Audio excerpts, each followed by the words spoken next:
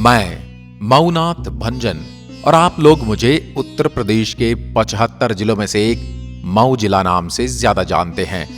मेरा इतिहास काफी गौरवशाली है। त्रेता युग में महाराज दशरथ के शासनकाल के समय मुझे ऋषियों की तपोभूमि कहा गया। महर्षि वाल्मीकि का आश्रम भी मेरे ही तमसा तट पर था, जहां वन को जाते समय श्री राम ने रात्रि विश्राम किया था। पांडव भी वनवास के समय इसी जगह से गुजरे थे। राजा दशरथ के शासनकाल में महर्षि वाल्मीकि से लेकर महाभारत में पांडवों और राजा विराट को देखने के बाद मैंने मौर्य और गुप्त वंश का उत्थान और पतन भी देखा। बादशाह शेरशाह सूरी और सूफी मीर शाह से लेकर महाबानो और बादशाह की दुख्तरे जहांआरा बेगम तक को मेरी नजरों ने देखा है। मैं आजम शाह के अधीन रहा और ब्रिटिश शासकों और सेना के जुल्म और सितम को भी मैंने सहा है। मुझे गर्व है कि आजादी की जंग में मेरी तमाम संतानों ने विदेशी हुक्मरानों की गोलियां अपने सीने पर खाई, मगर कभी पीठ नहीं दिखाई। घाघरा और तमसा मेरी दो प्रमुख नदियां हैं। लखनऊ से मेरी दूरी 312 किलोमीटर है और आप अगर किसी बाहरी शहर से मुझे देखने आने वाले हैं तो आपको देश की राजधानी दिल्ली से मैं 840 किलोमीटर की दूरी पर मिलने वाला हूं, जहां 1713 वर्ग किलोमीटर में फैली मेरी सीमाएं हैं। मुझ में 81% हिंदू, 4% मुस्लिम और अन्य धर्म के लोग निवास करते हैं। यहाँ के लोग ज्यादातर पढ़े लिखे वर्ग के हैं। घाघरा नदी में बसने की वजह से मेरा ज्यादातर हिस्सा उपजाऊ है। धान, गेहूं, मक्का आदि मेरी मुख्य फसलें हैं। खेती के अलावा मेरे और भी कई छोटे बड़े व्यवसाय हैं जिनसे मैं लोगों को रोजगार प्रदान करता हूँ।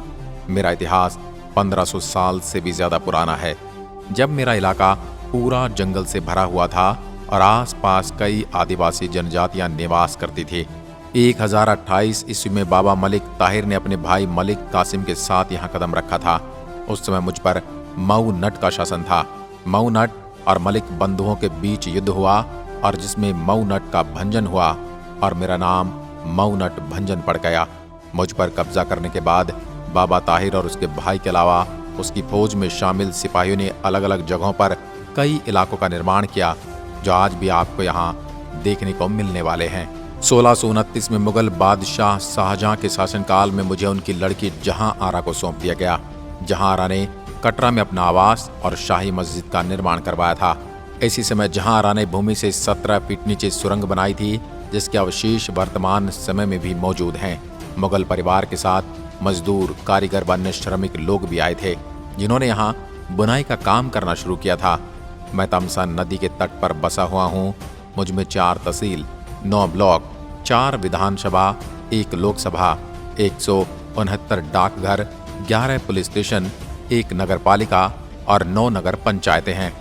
684 ग्राम पंचायतें, 10 शहर और 1691 गांव मौजूद हैं।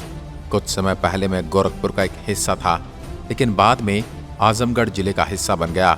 मेरा गठन 19 नवंबर 1988 को आजमगढ़ के बंटवारे के बाद किया गया था।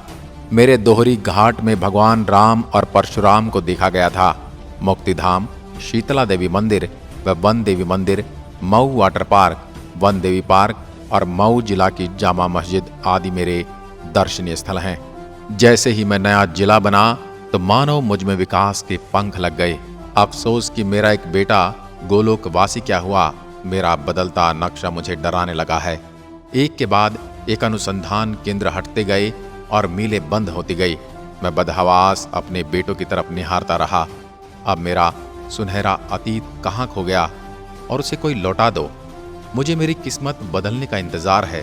राय शास्त्री से लेकर जय बहादुर सिंह, वीर रसावतार पंडित श्याम नारायण पांडे और फिजा इब्ने फैजी जैसे कवि व शायर मेरी कोख में पैदा होकर मुझे गर्व की अनुभूति करवाते हैं। आज़ादी के बाद मेरी क्या हालत हो गई, ये सोचकर मैं दुखी हो जाता हूँ।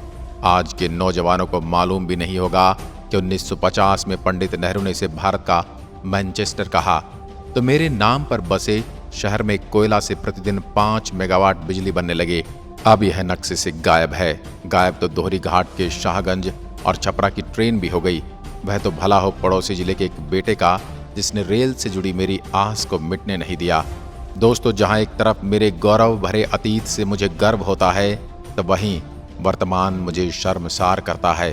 वर्ष 2006 से 2007 में कृषि विश्वविद्यालय की स्थापना और 5 वर्ष पूर्व दोहरी घाट में 1320 मेगावाट के थर्मल पावर स्टेशन की बात सुन एक बार फिर से मुझे गर्व की अनुभूति हुई।